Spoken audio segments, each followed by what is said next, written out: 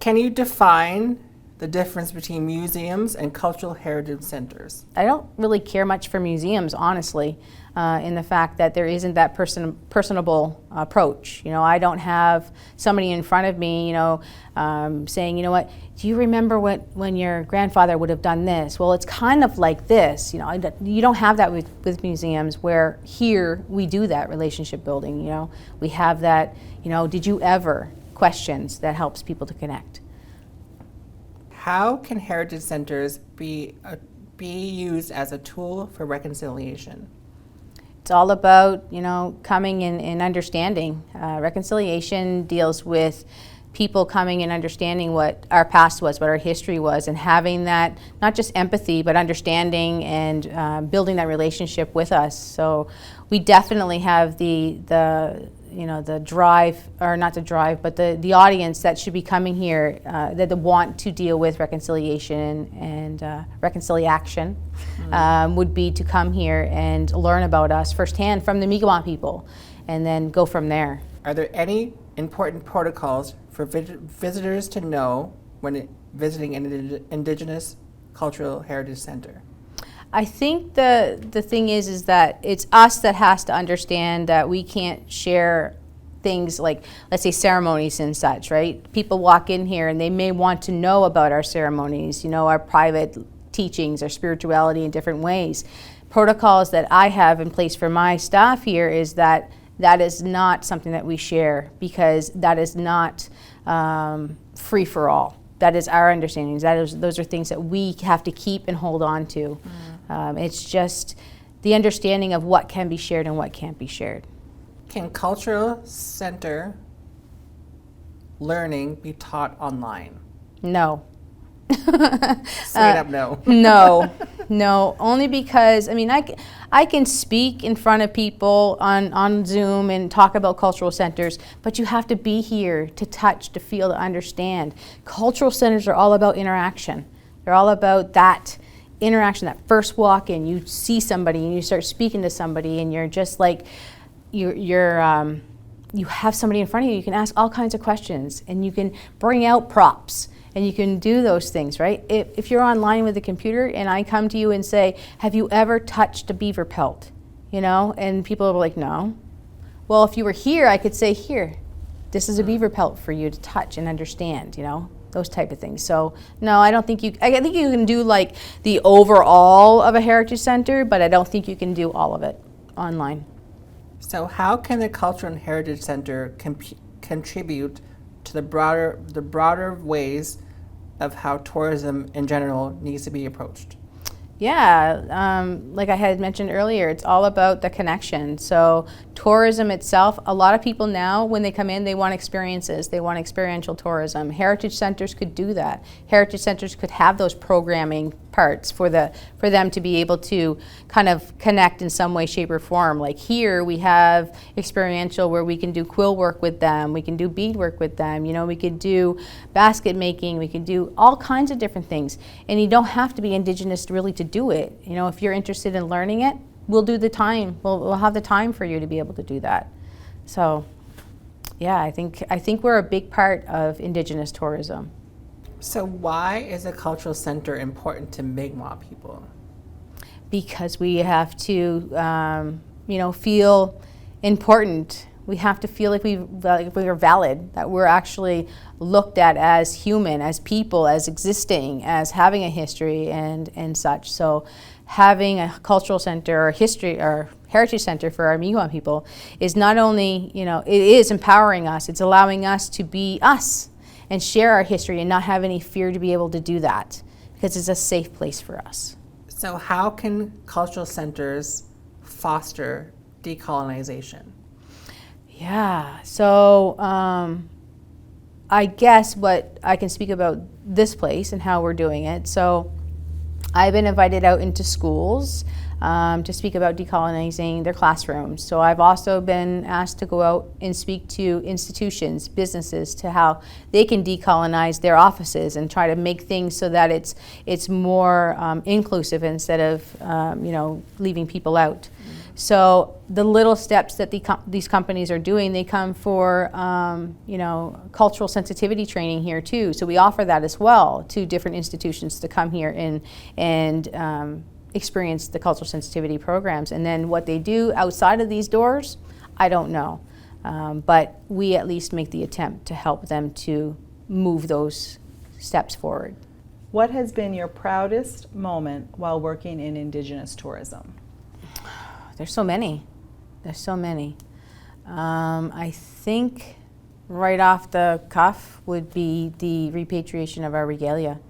That is the proudest thing so far that I have done, like the biggest, proudest thing that I've done, and bringing that back, and that just opened up doors for us to bring more back, and it's happening.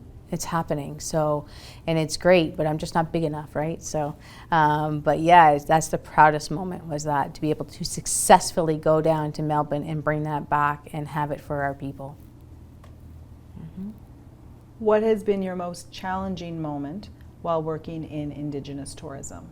Bringing the regalia back. Honestly, I mean, it's challenging because it was the very first international repatriation here on the Atlantic side of Canada. So it was all about education as well as me. I had to learn as they were learning. And so the challenge was that we didn't know. And so I had to work with Melbourne Museum, that was the ones that were informing me of the things that needed to be done. And then I had to then transfer that to the provincial government and the federal government in my way, and so sometimes the way that I would express things to provincial government, in their mind, they were like, that doesn't make any sense, right? Why are you wanting to do it that way? And so I actually had to allow them to understand that they have to remove themselves from their brain and kind of think about what it is that would be meaningful to somebody that values their children, values their elders, and so once that happened, then it was the challenge was still there, but it was easier for me to be able to talk to them and have them relate to. The biggest challenge was for me to go down there and get the regalia myself. That was the biggest challenge. They didn't think that I should have been able to do that. So. Mm-hmm. How are you approaching the importance of cultural authenticity in your work? So cultural authenticity is a topic of conversation for everybody, because it's different everywhere and how you can be authentic with your culture. So the way that I try to do it here with my interpreters and myself is to speak on behalf of things that I know, and not speak about things that you read in a book, or where you can't back things up and you cannot have that relationship to, like, if somebody's looking at me and I'm talking about the residential school era, and my granddad was telling me stories. Well, I'm going to talk to you about those stories because those are things that my granddad shared with me.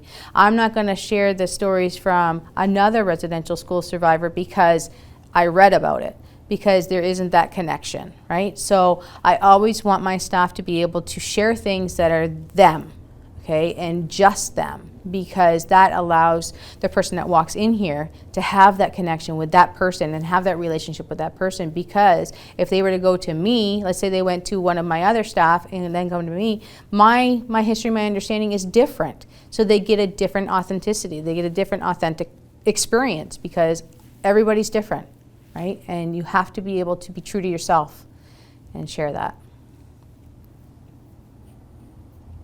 What advice would you give to youth interested in working in tourism? Go for it. Especially if they're Indigenous, do it.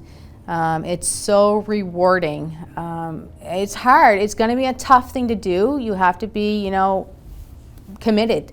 You have to be committed, and you have to be willing to be yourself and speak about things that you may think are hard, you know, and but as time goes on, it's kind of like when I started speaking about the residential schools, about my granddad. At first, when I started to speak about it, it was really hard. I'd have that breaky in my voice, and I would be really emotional, and I couldn't get very far. But now as I've started to speak about it more, then it's not that it's easier. I just have the ability to get through a sentence without breaking down. So having that, you know, that ability to slow down and be able to be yourself, you know, and youth just want to be able to connect. They do. They're so lost, right? And I was lost. And so if they have that opportunity to connect, they're going to do it, you know, and as long as you empower them. I have youth come in here all the time that don't know anything about themselves, and that's exciting for me, because that gives us an opportunity to help them to feel good about themselves and proud about who they are and want to stand up in front of somebody and speak about themselves and speak about things that they know. I've had youth come in here that was really within themselves, hardly even talked at all. And by the end of it, they're like showboating. They're like, you know, all about, you know, they're just like in your face talking. And it's like the transformation from what they started and now they actually ended. It was like complete night and day. So I think it's definitely something that helps us as Mi'kmaq people to grow and be proud. Be proud, and I want our youth to be able to do that. Now, when I asked you that question a little bit earlier, you mentioned something about you bring in workshops, or you bring in and you train people. Were you speaking about that? Do you want to add on to that? Yeah, so when I spoke about the employee that was within herself and then, you know, it was like showboating, you know, blah, blah, blah, really happy about it. Well, what we did was we allowed her to come with me. Come with my other interpreters. Completely shadow, and not behind me. I never had my people behind me ever.